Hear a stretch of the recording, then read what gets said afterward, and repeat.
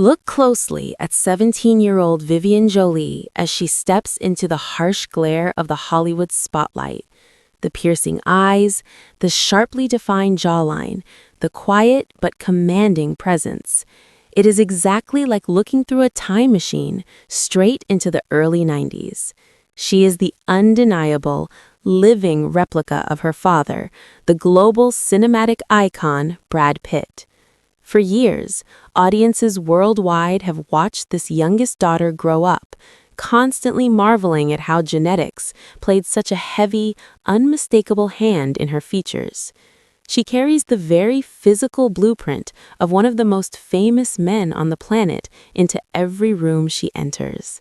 Yet, behind this striking, beautiful resemblance lies the most heartbreaking and heavily debated irony in modern entertainment history. She proudly wears his legendary face, but she flatly refuses to wear his legendary name. In a decisive move that sent absolute shockwaves through the media and left millions of fans deeply conflicted, this teenager, the child who physically mirrors him more than any of his other offspring, has executed the ultimate act of public erasure. Stepping out to forge her own professional path as an assistant on Broadway, she made a calculated, devastating choice to be credited solely as Vivienne Jolie. The powerful, hyphenated Pitt was completely gone. This is not merely a story about a teenager finding her individual identity. It is the tragic, explosive climax of a bitter, decade-long family warfare. How does a father reconcile the reality of moving on with a new romantic life, projecting an image of total happiness, while the daughter, who reflects his exact image, actively deletes him from her history? The physical resemblance is undeniable, but the emotional bridge is shattered. This is the sad reality capturing viewers' hearts, sparking intense debate about legacy, loyalty, and secret regret. To truly grasp the magnitude of this family fracture and the profound emotional devastation it leaves in its wake, one must look far beyond the immediate actions of the children and meticulously analyze the echoing, impenetrable silence coming from the patriarch himself. In the brutal, unforgiving arena of Hollywood divorces, where high-priced public relations teams typically wage vicious wars through strategically leaked tabloid stories and aggressive media manipulation, Brad Pitt has chosen a radically different, highly scrutinized path. He has adopted a stance of absolute, unyielding stoicism. There have been no desperate, tearful television interviews begging the world for understanding or pleading for his children's forgiveness. There are no frantic press releases attempting to justify his past behaviors, rationalize his missteps, or shift the narrative blame onto his ex-wife. Instead, he has constructed a massive, psychological fortress of silence. For industry insiders, crisis management experts, and psychological analysts observing this decade-long saga, this steadfast refusal to engage in public mudslinging is recognized as a highly calculated, albeit heartbreaking, survival mechanism. It is the definitive behavior of a man who has slowly and perhaps agonizingly realized that the unconditional affection and loyalty of his children cannot be legally mandated by a judge, nor can it be won back through elaborate public spectacles. Engaging in a bitter public dispute would only serve to inflict further psychological damage on the very family members he has already lost. By drawing this absolute, armor-clad boundary, he projects a carefully curated image of dignified acceptance. Yet, anyone who profoundly understands the complexities of human nature and the unbreakable bonds of parenthood knows that acceptance and genuine healing are not the same thing. This stoic exterior is merely a protective shell, a necessary armor designed to shield a deeply wounded father from the relentless, vulture-like scrutiny of a global public that expects its fallen heroes to bleed on command. What makes this dynamic so fiercely debated and emotionally agonizing for longtime supporters is the incredibly jarring, almost surreal contrast between this private, devastating family tragedy and his current, highly visible public persona. If you look at the international media coverage surrounding Brad Pitt today, the narrative being aggressively sold is one of a spectacular, triumphant renaissance. At 60 years old, he is navigating the world with a renewed, almost defiant vitality that leaves audiences both mesmerized and deeply conflicted. International cameras consistently capture him racing high-speed cars on professional circuits for his latest blockbuster cinematic endeavors, his hair windswept, a genuine, relaxed smile plastered across his face. He attends the most prestigious European film festivals, walking confidently hand in hand with his partner, Inés de Ramón, radiating the infectious energy of a man who has successfully exorcised the suffocating demons of his past. He looks incredibly healthy, artistically vibrant, and entirely untethered from the toxic legal quagmire that defined the darkest decade of his life. This deliberate projection of moving forward, of finding a grounding, undeniable happiness in the immediate aftermath of a catastrophic divorce creates a severe cognitive dissonance for the viewing audience. As a society, we are inherently conditioned to want our cultural icons to find peace, to recover from addiction, and to rebuild their lives after marital ruin. But witnessing him thrive so spectacularly, witnessing him build a seemingly perfect, peaceful new chapter while his biological children actively coordinate the systematic deletion of his legacy feels inherently wrong to many observers. It sparks a visceral, emotional reaction that tears through the comment sections of every article and video. How can a father be genuinely, fundamentally whole when the most vital, living extensions of his own soul want absolutely nothing to do with him? The public watches him laugh effortlessly on red carpets and cannot help but feel that the joy is inherently incomplete. What makes this dynamic so fiercely debated and emotionally agonizing for longtime supporters is the incredibly jarring, almost surreal contrast between this private, devastating family tragedy and his current, highly visible public persona. If you look at the international media coverage surrounding Brad Pitt today, the narrative being aggressively sold is one of a spectacular, triumphant renaissance. At 60 years old, he is navigating the world with a renewed, almost defiant vitality that leaves audiences both mesmerized and deeply conflicted. International cameras consistently capture him racing high-speed cars on professional circuits for his latest blockbuster cinematic endeavors, his hair windswept, a genuine, relaxed smile plastered across his face. He attends the most prestigious European film festivals, walking confidently hand in hand with his partner, Inés de Ramón, radiating the infectious energy of a man who has successfully exorcised the suffocating demons of his past. He looks incredibly healthy, artistically vibrant, and entirely untethered from the toxic legal quagmire that defined the darkest decade of his life. This deliberate projection of moving forward, of finding a grounding, undeniable happiness in the immediate aftermath of a catastrophic divorce creates a severe cognitive dissonance for the viewing audience. As a society, we are inherently conditioned to want our cultural icons to find peace, to recover from addiction, and to rebuild their lives after marital ruin. But witnessing him thrive so spectacularly, witnessing him build a seemingly perfect, peaceful new chapter while his biological children actively coordinate the systematic deletion of his legacy feels inherently wrong to many observers. It sparks a visceral, emotional reaction that tears through the comment sections of every article and video. How can a father be genuinely, fundamentally whole when the most vital, living extensions of his own soul want absolutely nothing to do with him? The public watches him laugh effortlessly on red carpets and cannot help but feel that the joy is inherently incomplete, permanently shadowed by a massive, unavoidable void that no amount of box office success, critical acclaim, or new romantic bliss can ever truly fill. Beneath the impeccably tailored designer suits, the glamorous movie premieres, and the fiercely protective cocoon of his new romantic relationship lies the heavy, suffocating core of this entire narrative, the heavy, suffocating burden of secret regret. The human heart is a complex, unforgiving organ.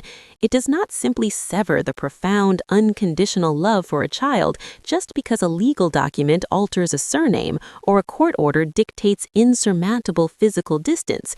In the quiet, unphotographed hours of the night, when the adrenaline of chaotic movie sets finally fades and the adoring crowds disappear into the dark, the reality of his profound isolation must be absolutely deafening. The true unspeakable tragedy of this situation is not just the loss of a famous name, it is the permanent, irreversible loss of time. Pitt is completely, glaringly absent from the defining, foundational milestones of his children's lives.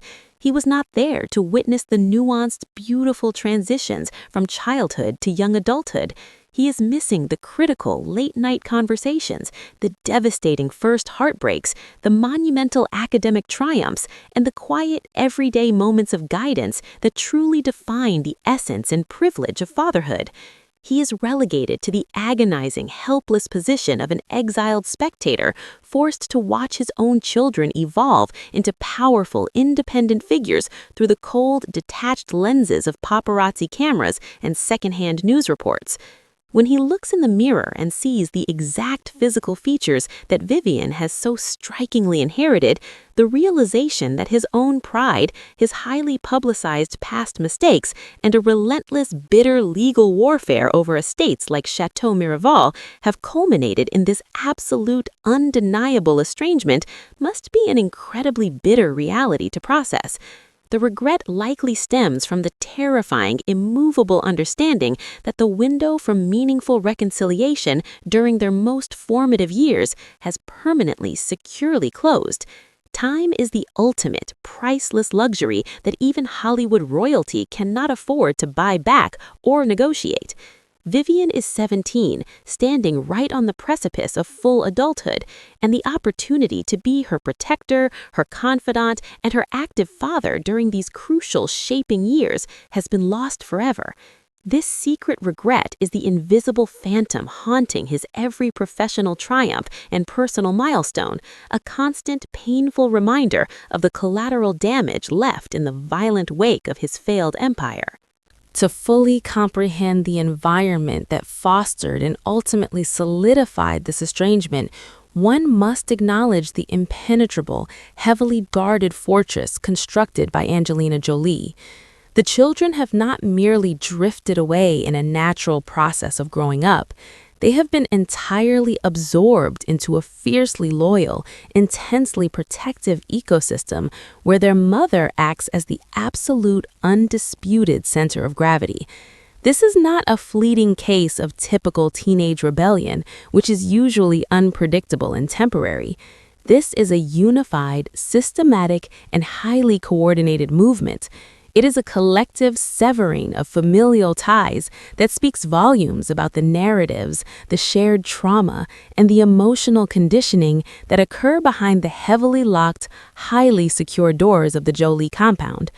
Observers fiercely debate whether this is a masterful, calculating display of parental alienation orchestrated by a scorned woman, or a necessary, entirely justified survival mechanism for children who witnessed unimaginable domestic chaos and instability. Regardless of which perspective one adopts, the final, undeniable result remains exactly the same: the creation of an unbreakable, united front that views the patriarch not as a loving father, but as a figure of the past who must be completely excised for their own emotional preservation and mental peace. The children are standing in unwavering, powerful solidarity with the woman who stayed, the woman who fought relentlessly for primary custody, and the woman who now actively integrates them into her professional life and philanthropic endeavors. Vivienne's recent professional decision is the ultimate resounding validation of Angelina's victory in this grueling family war. She has not just won the endless legal battles over assets and custody, she has unequivocally won the hearts, the absolute loyalty, and the very core identities of the children they once shared. The profound sadness that continues to capture viewers' hearts worldwide is deeply rooted in our collective, universal fear of irreversible family breakdown. When we watch the tragic disintegration of the Jolie-Pitt family unfold in real time, we are not just watching wealthy, disconnected celebrities navigate a messy divorce. We are witnessing the terrifying, universal fragility of human relationships. They were once the absolute pinnacle of the modern, blended, beautiful Hollywood ideal, representing a global symbol of philanthropy, glamorous success, and familial perfection. Their complete, highly public collapse serves as a dark, powerful, and humbling reminder that no amount of immense privilege, private jets, or global adoration can protect human beings from the devastating, long-lasting consequences of deeply flawed, toxic interpersonal dynamics.